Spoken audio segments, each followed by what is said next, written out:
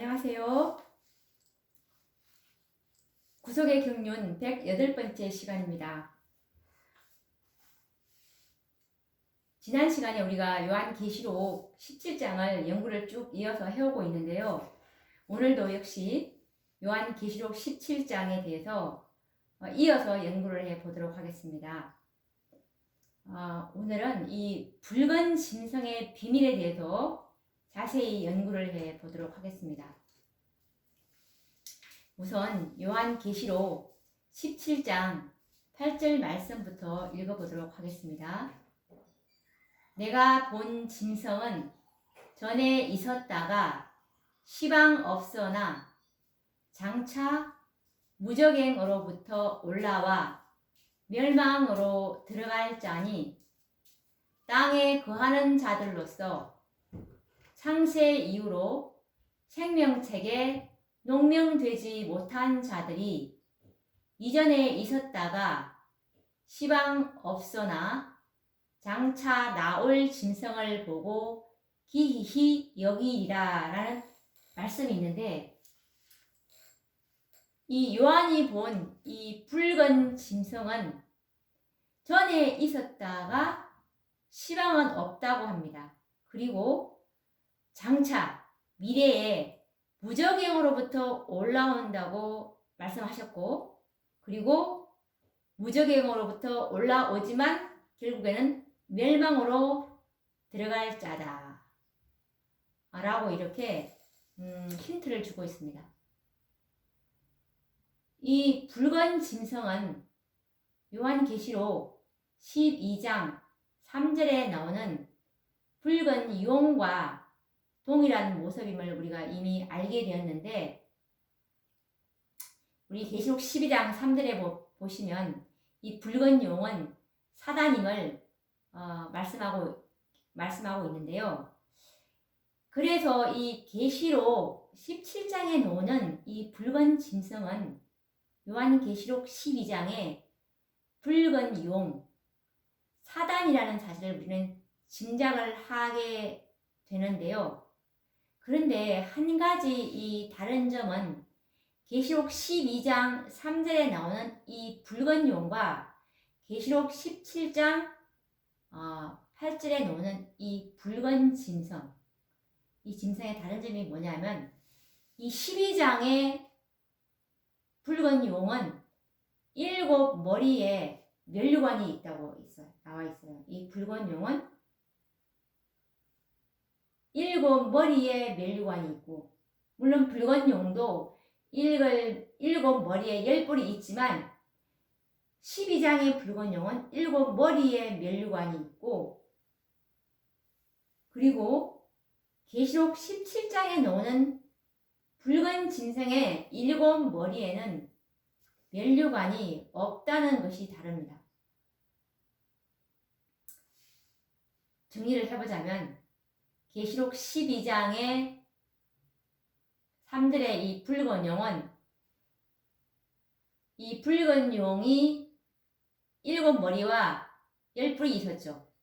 그런데 이 붉은 용은 7머리에, 12장의 붉은 용은, 이 사단은 7머리에 면류관이 있고, 그리고 계시록 17장에 나오는 붉은 짐승은 7머리가 있지만 면류관이 없다는 것이 다릅니다. 그렇지만 이 면류관을 쓰고 안 쓰고 하는 것이 이 자체 그 붉은 용과 붉은 짐승의 그 신분이 달라지는 것은 아니죠. 사단이라는 것은 달라지지 않는다는 의미입니다. 붉은 용과 붉은 짐승은 사단이라는 것입니다. 사단. 그래서 이 계시록 12장 3절의 붉은 용의 7머리에는 면류관이 분명히 있었습니다. 그것은 면류관이 있는 이유가 사단의 대리자 노릇을 충실히 했던 이 북방왕들, 7머리죠. 7머리. 7 북방왕들 말하는데, 이 7머리가 누구냐 하면, 7 북방왕들이 누구냐 하면 바벨론, 그 다음에 메데 페르시아, 그 다음에 세 번째 북방왕이 그리스 헬라고요. 네 번째 북방왕은 로마, 그리고 다섯 번째 북방왕은 북왕권, 여섯 번째 북방왕은 미국입니다. 그리고 일곱 번째 북방왕은 회복된 북왕권이 될 것인데, 이들은 객관적으로 보았을 때 하나님의 백성들과 싸워서 이기고 승리하였죠. 그래서 계시록 12장 3절에 있는 이 붉은 용의 일곱 머리에 면류관이 있었던 것입니다. 하나님의 백성들과 싸워서 이기고 승리했기 때문에. 그렇지만 이 요한 계시록 17장 3절의 붉은 짐승의 머리에는 면류관이 없습니다. 그것은 마지막 최후의 대쟁투에서는 사단과 그의 대리자인 북방왕이 승리하지 못할 것을 말씀하고 있는 것입니다. 왜냐하면 여자, 즉 교회죠. 여자의 남은 자손이 붉은 짐승, 곧 용과 싸워서 승리할 것이기 때문입니다. 계시록 12장 17절에 여자의 남은 자손과 이제 사단과의 최후의 대쟁투를 남겨놓고 있잖아요.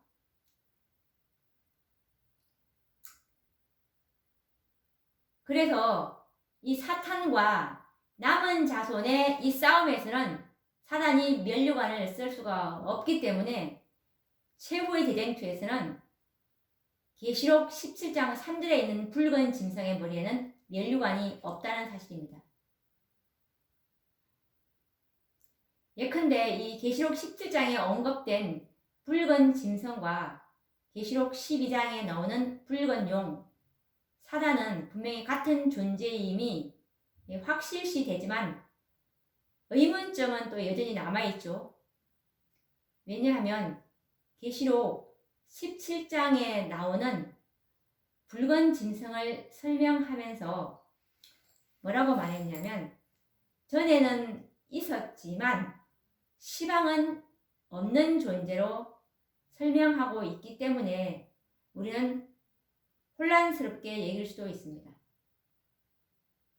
마치 머리를 상하였지만 다시 살아난 로마 법왕권과 유사하게 설명하고 있기 때문입니다.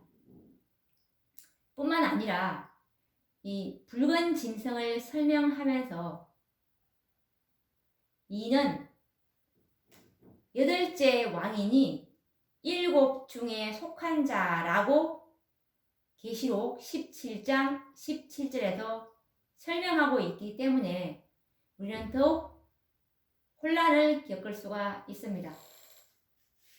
붉은 짐승을 여덟째 왕이라고 하면서 또한 일곱 중에 속하였다고 성경은 기록하고 있습니다.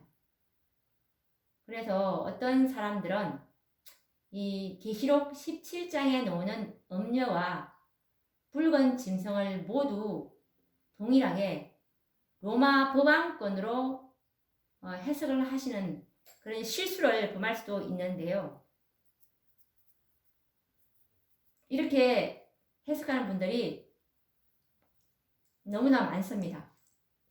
그런데 분명한 것은 음녀와 붉은 짐승은 서로 다른 존재이고 서로 다른 속성과 비밀을 가지고 있다는 사실입니다. 음녀가 붉은 짐승을 타고 있다는 것은 분명히 이것이 다른 개체라는 사실을 증거하고 있습니다.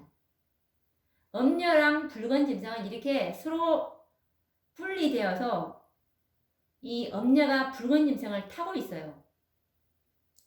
계시록 17장 3절에 보시면 내가 보니 여자가 붉은 빛 짐승을 탔는데 라고 하면서 이 두 존재를 같은 존재라고 보는 것은 아주 커다란 잘못입니다. 왜냐하면 음녀가 붉은빛 짐승을 타고 있는데 같은 존재라면, 만약에 엄녀와 붉은빛 짐승이 같은 존재라면 엄녀인 법왕권과 그리고 붉은 짐승인 법왕권을 타고 있다. 너무 말이 안 되죠. 네. 그래서 이 법왕권과 붉은 짐승은 다른 존재라는 것이 확실합니다. 엄녀가 붉은 짐승을 타고 있습니다. 물론 그 개체 자체도 엄녀, 붉은 짐승이 다르지만 상황도 엄녀가 붉은 짐승을 타고 있어요. 그래서 분명히 다른 존재로 봐야 되는 것입니다. 성경은 이 엄녀와 붉은 짐승은 각자의 비밀을 가지고 있다고 말씀하고 있습니다. 요한계시록 17장은 법왕권 엄녀와 붉은 짐승과의 그 비밀을 설명하기 위해서 계시하신 예언인데요.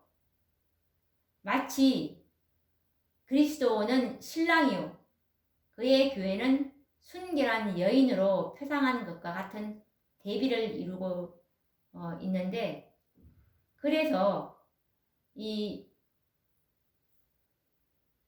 그리스도와 그의 교회를 같이 하나로 연결되어서 우리가 생각할 수 있듯이 이 계시록 17장의 붉은 짐승과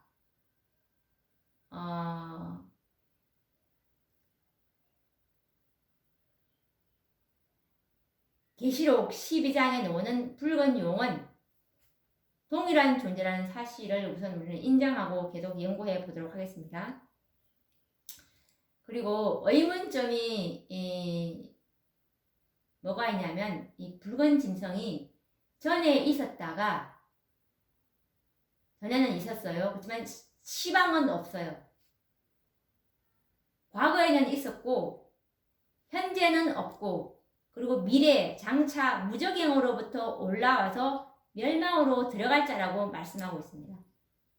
마치 중세기에 칼에 상하였다가 그 상처가 나아서 장차 7째 왕이 될 로마 법왕권, 곧 엄녀의 역사와 동일하기 때문에 우리는 혼란스럽게 생각할 수가 있습니다. 그래서 왜 붉은 짐승과 법왕권이 왜 동일한 역사를 가지고 있는지, 붉은 짐승도 전에 있었다가 시방은 없지만 장차 무적행으로부터 올라와서 멸망으로 들어갈 자라고 나와 있죠. 그런데 이 엄녀 역시 칼에 상하였다가 그 상처가 나아서, 그리고 또 나중에 이제 멸망당하는 이런 동일한 역사가 우리를 또 곤혹스럽게 만드는데, 이것을 우리가 해결하게 된다면 붉은 짐승과 엄녀가 다르다는 것을 정확히 알 수가 있습니다. 이 붉은 짐승과 엄녀, 법왕권은, 이 엄녀는 우리가 정확하게 법왕권이라고 우리가 누구나 다 이렇게 동의하실 것입니다. 붉은 짐승과 엄녀는 각기 다른 비밀을 가지고 있는데, 엄녀가 붉은 짐승을 타고 있다는 사실을 우리는 주시해야 합니다. 엄녀가 로마 법왕권이라면 붉은 짐승은 또 다른 존재임이 확실한데요. 이 붉은 짐승의 특징을 우리가 또 한번 더 구체적으로 연구해 보면은, 계시록 17장 8절에 보시면 전에는 있었고 시방은 없고, 이것은 과거 로마 법왕권의 역사임이 확실한데 붉은 짐승에도 적용하고 있죠. 그리고 또 두 번째 붉은 짐승의 특징은 계시록 17장 17절에 나오는 말씀, 8째 왕이면서 7에 속한다고 했습니다. 8째 왕이면서 7에 속한다. 이것은 회복되는 법왕권은 7째인데 이 붉은 짐승은 7에 속하기도 하지만 8째 왕이라고 말하고 있습니다. 그리고 또 붉은 짐승의 세 번째 특징은 무적행에서 나와서 멸망을 당할 것이라고 계시록 17장 8절에서 말씀하고 계시죠. 무적행에서 나와서 멸망으로 들어갈 자. 그런데 엄녀는 법안권은 무적행에서 나오지도 않고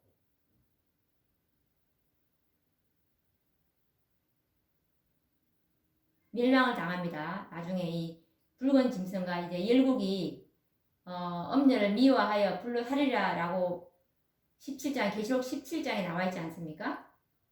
물론 둘 다 멸망하지만 이 엄녀와는 다르게 붉은 짐승은 무적행에서 나와서 멸망을 당한다고 했습니다. 이것이 달라요. 그래서 이 붉은 짐승과 엄녀 법안권은 역사가 거의 동일하지만 또한 다른 점도 우리는 발견할 수가 있습니다. 붉은 짐승은 무적행으로부터 올라와서 멸망에 들어가고 엄녀는 열왕과 붉은 짐승에 의해서 계시록 17장 16절에 보시면 이 엄녀는 열왕과 붉은 짐승에 의해서 이제 멸망을 당한다가 나와 있죠. 그래서 이 엄녀와 붉은 짐승이 같은 존재라면 어떻게 엄녀가 붉은 짐승에게 죽임을 당할 수가 있겠습니까? 말도 안 되죠. 이 엄녀의 멸망은 붉은 짐승과 열왕이 합세해서 이 엄녀를 불로 사르고 해서 이제 멸망을 시키겠다고 나와 있지 않습니까? 그러니 자기가 자기를 어떻게 죽여요? 말이 안 되죠. 또 다른 점은 이 붉은 짐승은 8째 왕이면서 7에 속하기도 하고 법안권의 상처가 회복될 때 7째 왕이 되는 것은 확실하지만 8째 왕이 된다는 기록은 성경 어느 곳에서도 찾을 수가 없다는 사실입니다.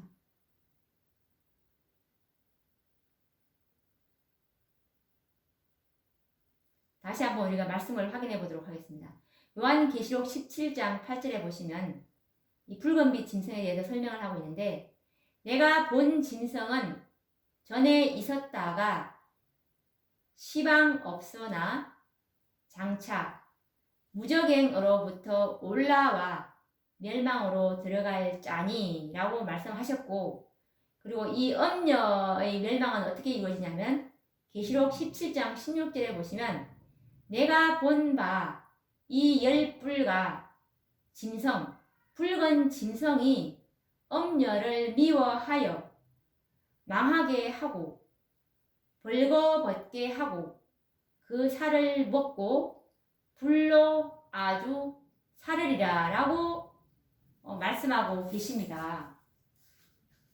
그래서 이 엄녀와 붉은 짐승을 다시 한번 비교를 해보자면 엄녀는 칼에 상하여 죽게 되었지만 다시 회복될 것이라고 계시록 13장 3절에 말씀하고 계시는 반면에 붉은 짐승은 전에는 있었지만 시방은 없다라고 말하고 있습니다. 그리고 엄녀는 7째 왕 회복된 법안권이며 붉은 짐승은 7째에 속하나 8째 왕이 될 것을 말씀하고 계십니다. 그리고 엄녀인 법안권은 어떻게 멸망당하냐면 열국과 붉은 짐승에 의해서 망하게 하고 미워하고 벌거벗게 하고 그 살을 먹고 불로 아주 살라지는 이 장면을 보면서 이 엄녀는 열국과 붉은 짐승에 의해서 멸망당할 것을 예언하고 계십니다. 반면에 붉은 짐승은 어떻게 멸망하냐면 계시록 17장 8절과 11절에 보시면 무적행에서 나와서 멸망으로 들어갈 것을 말씀하고 계십니다.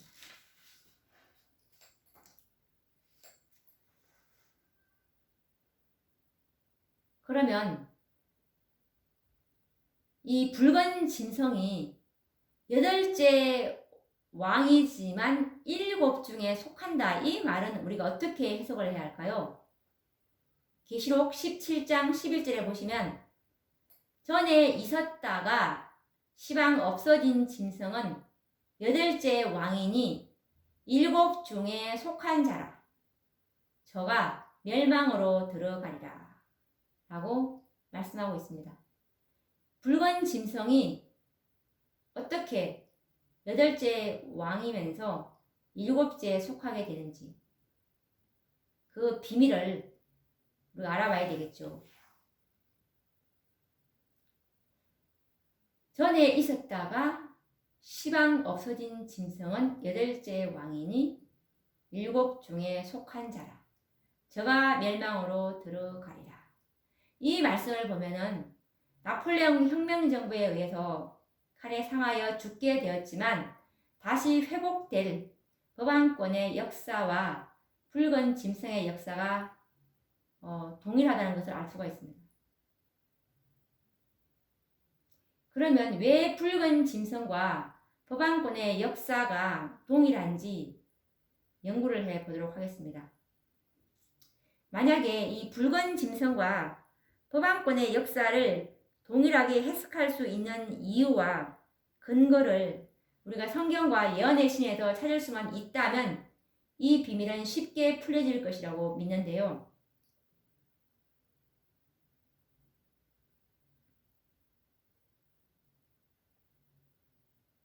엄녀가 붉은 짐승을 타고 있다는 것, 그리고 엄녀, 즉 법왕권의 부와 권세와 능력이 붉은 짐승으로부터 왔다는 사실을 우리는 기억해야 할 필요가 있는데요. 엄녀가 붉은 짐승을 탔습니다. 탔다는 사실은 이 엄녀가 붉은 짐승이 주는 부와 권세와 능력을 등에 업고 있다는 뜻이죠. 그리고 이 계시록 13장 1절에서 2절에 나오는 이 법왕권을 표상하는 바다에서 나오는 이 짐승이 계시록 17장에 붉은 짐승과 유사한 점이 많다는 사실을 우리는 알게 되는데, 한번 계시록 13장 1절에서 2절 말씀을 한번 읽어보도록 하겠습니다.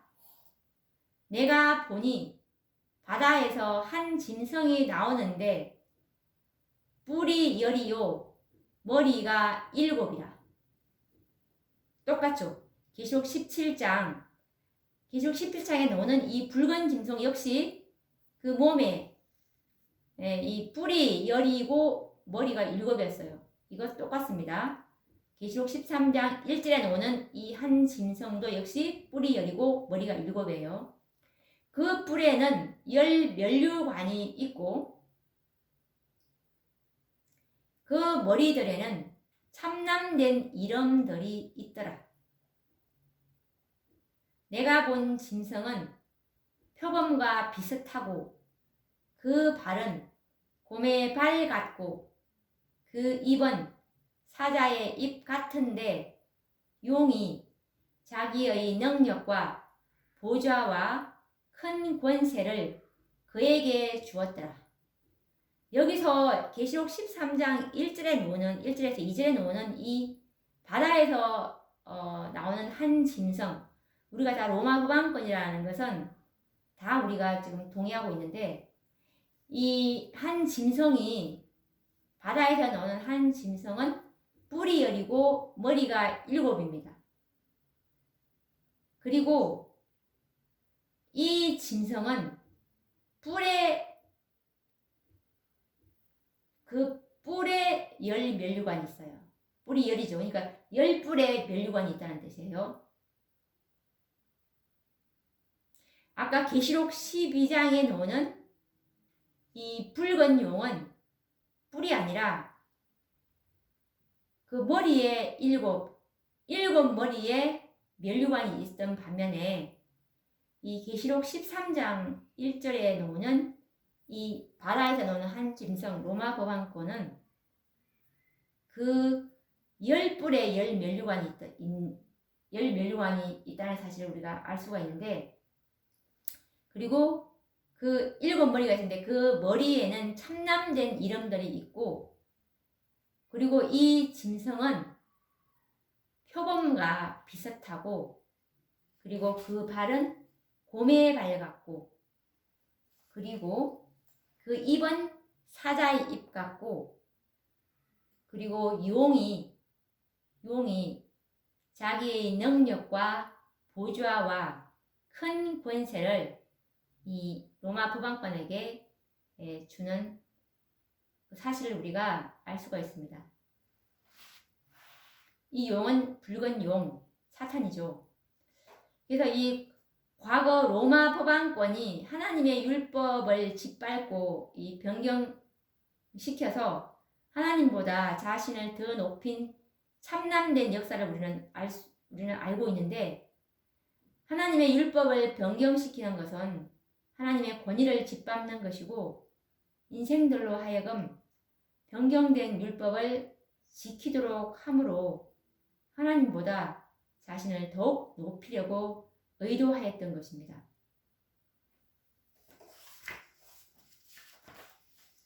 그래서 각시대의 대쟁투 446페이지를 보시면, 법왕권은 오직 하나님의 율법을 변경시킴으로써 자신을 하나님보다 높일 수 있었다. 그리고 누구든지 이와 같이 변경된 율법인 것을 알면서도 그것을 준수하는 자는 그 율법을 변경시킨 자에게 최상의 영광을 돌리는 셈이다 라고 선지자는 기록하고 있습니다.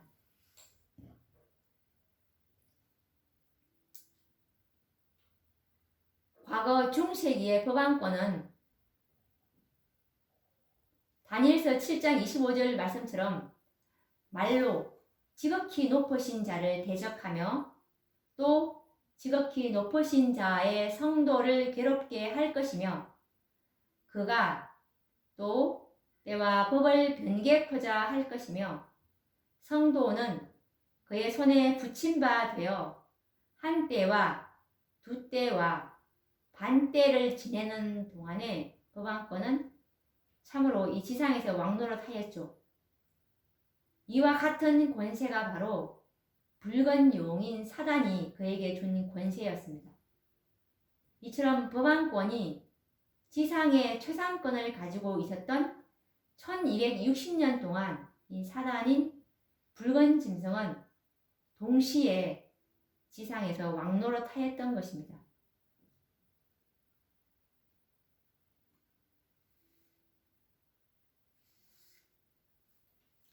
그래서 이 법왕권의 역사와 붉은 짐승의 이 역사가 동일하다는 것을 보면서 8째 왕이나 7 중에 속했다라는 이 열쇠를 우리가 풀어야 하는데, 이 열쇠를 풀기 위해서는 선지자와 왕 184페이지 말씀을 보시면 이 법왕권과 로마 법왕권과 사단의 역사가 동일하다는 것을 우리가 확인할 수가 있는데, 한번 읽어보도록 하겠습니다. 즉 사단은, 나는 사단입니다. 사단은 나의 대리자는 법왕권이죠. 법왕권을 통해서 나를 높이겠다. 즉 나는 나의 대리자를 통해서 나를 높이겠다. 그러니까 사단이 법왕권을 통해서 자기를 높이겠다는 뜻이죠. 계속 읽겠습니다. 첫째 날은 찬양을 받겠고, 이제 주일 중 첫날, 이제 일요일이죠. 개신교계는 이 거짓 안식일을 참 안식일로 받아들일 것이다. 하나님이 세운 안식일을 준수하지 못하게 하므로 나는 하나님의 율법을 경멸하겠다. 나와 너희 사이에 너희 대대의 표징이란 말을 나는 내 안식일에 편에 적용되도록 하겠다. 이리하여 온 세계는 나의 것이 될 것이다. 나는 지상의 통치자, 세상의 왕이 될 것이다. 나의 권세 아래에 있는 자들의 마음을 조종해서 하나님의 안식일을 특별한 멸시의 대상이 되게 하겠다. 표징? 나는 일곱째 날의 준수를 지상의 권위에 대한 불충성의 표징으로 삼겠다. 인간의 율법을 매우 엄하게 만들어 남녀들로 하여금 감히 제7일 안식일을 지키지 못하게 하겠다. 음식과 의복의 부족에 대한 공포심 때문에 그들은 하나님의 율법을 범하고 세상과 연합할 것이다. 세상은 전부 나의 통치 아래 있게 될 것이다. 라고 화이트 선지자께서 선지자와 왕 184페이지에 이렇게 말씀을 하고 계십니다.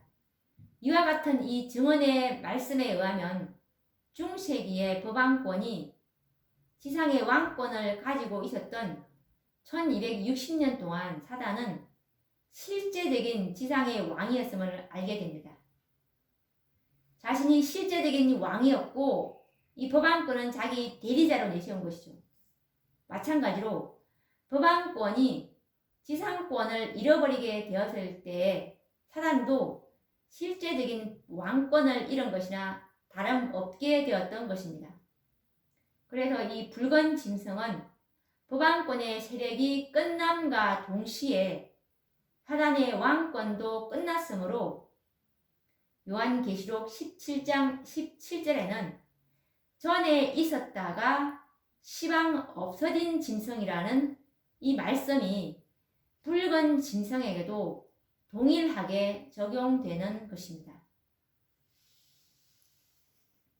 사단은 그의 대리자인 법왕권과 함께 지상의 왕 노릇할 때도 있었지만 그의 대리자와 함께 망할 때도 있었다는 말입니다. 그렇다면 사단은 앞으로 미국에 의해서 짐승의 우상이 세워지고 일요일 강제 법령이 시행되고 법왕권이 다시금 지상의 왕권을 잡게 될 때, 일곱째 이제 북방왕이 될 때 사단도 다시금 왕권이 회복되는 것으로 보여주신 것입니다. 그래서 이 계시록 17장 8절에 내가 본 짐승, 이 붉은 짐승은 전에 있었다가 시방 없으나 장차 무적행으로부터 올라와 멸망으로 들어갈 자니 땅에 거하는 자들로서 창세 이후로 생명책에 농명되지 못한 자들이 이전에 있었다가 시방 없으나 장차 나올 짐승을 보고 기이히 여기리라 라는 예언이 응하게 되는 것입니다. 장차 무적행으로부터 올라와 멸망으로 들어갈 자, 그리고 이전에 있었다가 시방 없으나 장차 나올 짐승, 사단이죠. 이 사단의 대리자인 법왕권이 일곱째 왕으로 등장하면 그와 함께 이제 사단도 왕이 될 것입니다. 그래서 이 붉은 짐승은 여덟째 왕이면서도 일곱 중에 속한다라는 말씀이 이렇게 이제 풀어지는 게 되는 것이죠. 그래서 계시록 17장 11절에 보시면 전에 있었다가 시방 없어진 짐승은 여덟째 왕이니 일곱 중에 속한 자라. 그래서 이 사단이 여덟째 왕이지만 일곱 중에 속한 자라고 말할 수 있는 것입니다. 왜냐하면 그 역사를 사단이 법왕권이 지상권을 잡고 있을 때 같이 이 지상의 왕 노릇을 했기 때문에 이렇게 말씀하고 있는 것이죠.